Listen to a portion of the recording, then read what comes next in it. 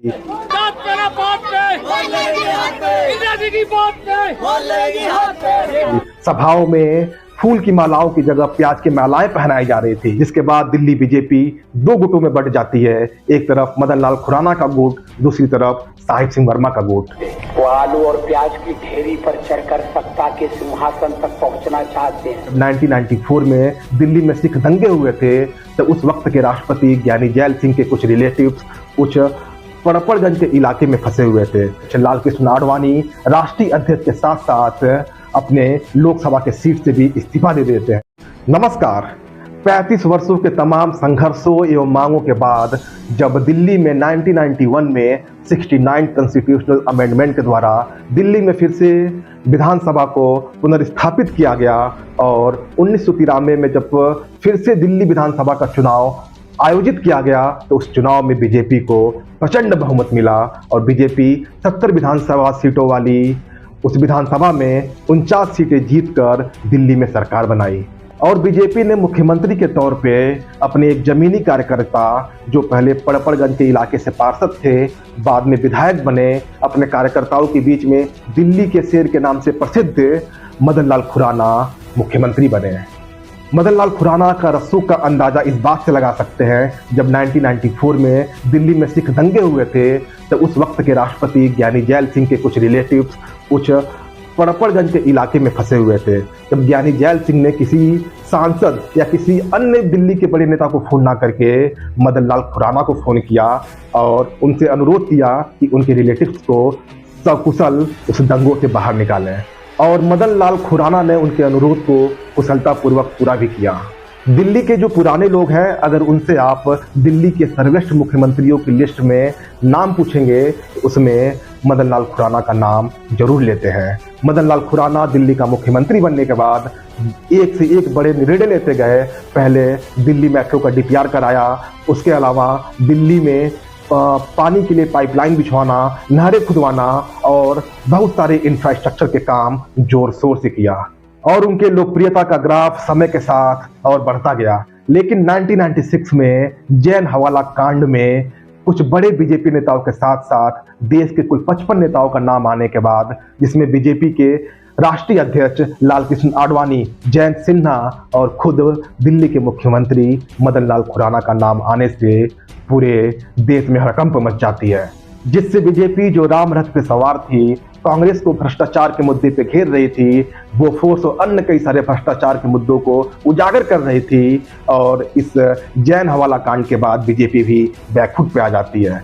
जिसके बाद बीजेपी के राष्ट्रीय अध्यक्ष लाल कृष्ण आडवाणी राष्ट्रीय अध्यक्ष के साथ साथ अपने लोकसभा के सीट से भी इस्तीफा दे देते हैं, और अटल बिहारी वाजपेयी जी के मना करने के बाद भी उन्होंने अपने इस्तीफा के साथ साथ ये घोषणा कर दिया कि वे तब तक चुनाव नहीं लड़ेंगे जब तक वह निर्दोष मुक्त नहीं हो जाते हैं।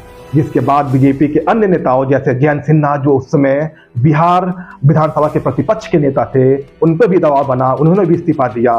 फिर मदन लाल खुराना ना चाहते हुए भी उन्होंने अपने पद से इस्तीफा दे दिया, और मदन लाल खुराना की सरकार में नंबर 2 की हैसियत रखने वाले शिक्षा मंत्री साहिब सिंह वर्मा दिल्ली के नए मुख्यमंत्री बनते हैं।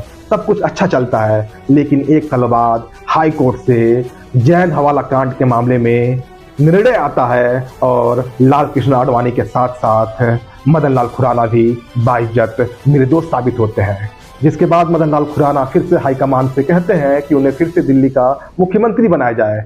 लेकिन साहिब सिंह वर्मा को हटाना इतना आसान काम नहीं था, क्योंकि सत्ता की कुर्सी पर ऐसा गोद लगा होता है जिस पर कोई व्यक्ति एक बार बैठ गया, उसे हटना और उसे हटाना इतना आसान नहीं होता है। जिसके बाद दिल्ली बीजेपी दो गुटों में बंट जाती है। एक तरफ मदन लाल खुराना का गुट, दूसरी तरफ साहिब सिंह वर्मा का गुट, और जिसके बाद बीजेपी अंतरकलह से जूझना शुरू कर देती है। पार्टी के भीतर ही ग्रुपिंग शुरू हो जाती है, और 1998 का दौर आपको याद होगा, जब पूरे देश में प्याज को लेकर हाहाकार मचा था। उस वक्त जब प्याज 4 या 5 रुपए केजी हुआ करता था, 1998 में प्याज की कीमत 40 रुपए से लेकर 60 रुपए तक पहुंच गई थी। जिसके बाद दिल्ली बीजेपी में आंतरिक गुटबाजी, साहिब सिंह वर्मा की घटती लोकप्रियता, आसमान छूते हुए प्याज की कीमतें की वजह से, और उसी के साथ साथ अगले कुछ महीनों में दिल्ली में होने वाली विधानसभा के चुनाव की वजह से बीजेपी बैकफुट पे थी। वहीं दूसरी तरफ कांग्रेस शीला दीक्षित के नेतृत्व में बीजेपी को चारों तरफ से घेर रही थी, अलग अलग सभाएं कर रही थी। बात पे बात पे इंदिरा जी की बात पे शीला दीक्षित जिंदाबाद जिंदाबाद जिंदाबाद शीला दीक्षित जिंदाबाद। सभाओं में फूल की मालाओं की जगह प्याज की मालाएं पहनाई जा रही थी। अटल बिहारी वाजपेयी सभाओं में जनता का विश्वास जीतने की कोशिश कर रही थी। मैं कभी कभी सोचता हूं कि अगर आलू और प्याज के दाम न बढ़े होते तो कांग्रेस के नेता क्या न क्या कहकर वोट मांगते। वो आलू और प्याज की ढेरी पर चढ़कर सत्ता के सिंहासन तक पहुंचना चाहते हैं। चुनाव एक निर्णायक घड़ी में हो रहे हैं। इस निर्णायक स्थिति में आपको फैसला करना है।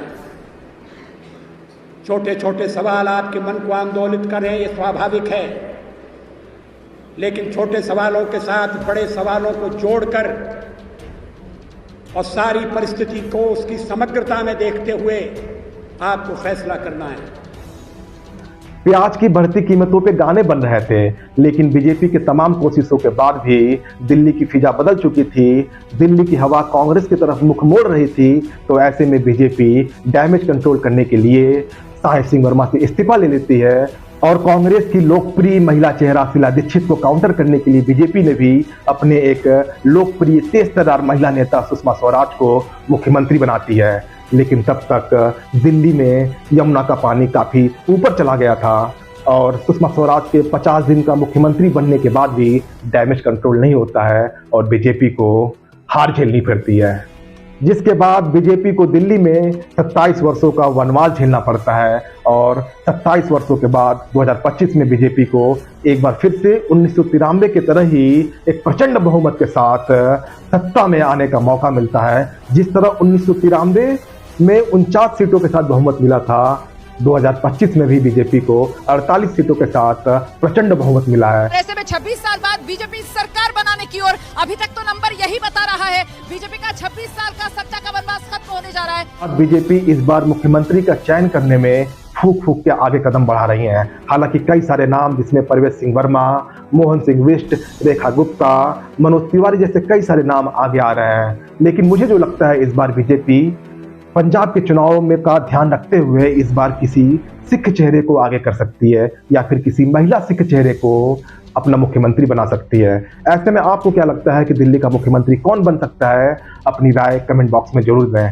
तो आज के इस वीडियो में इतना ही। अगर आपको वीडियो अच्छा लगा हो तो वीडियो को लाइक करें, चैनल को सब्सक्राइब करें और दोस्तों को शेयर करना ना भूलें।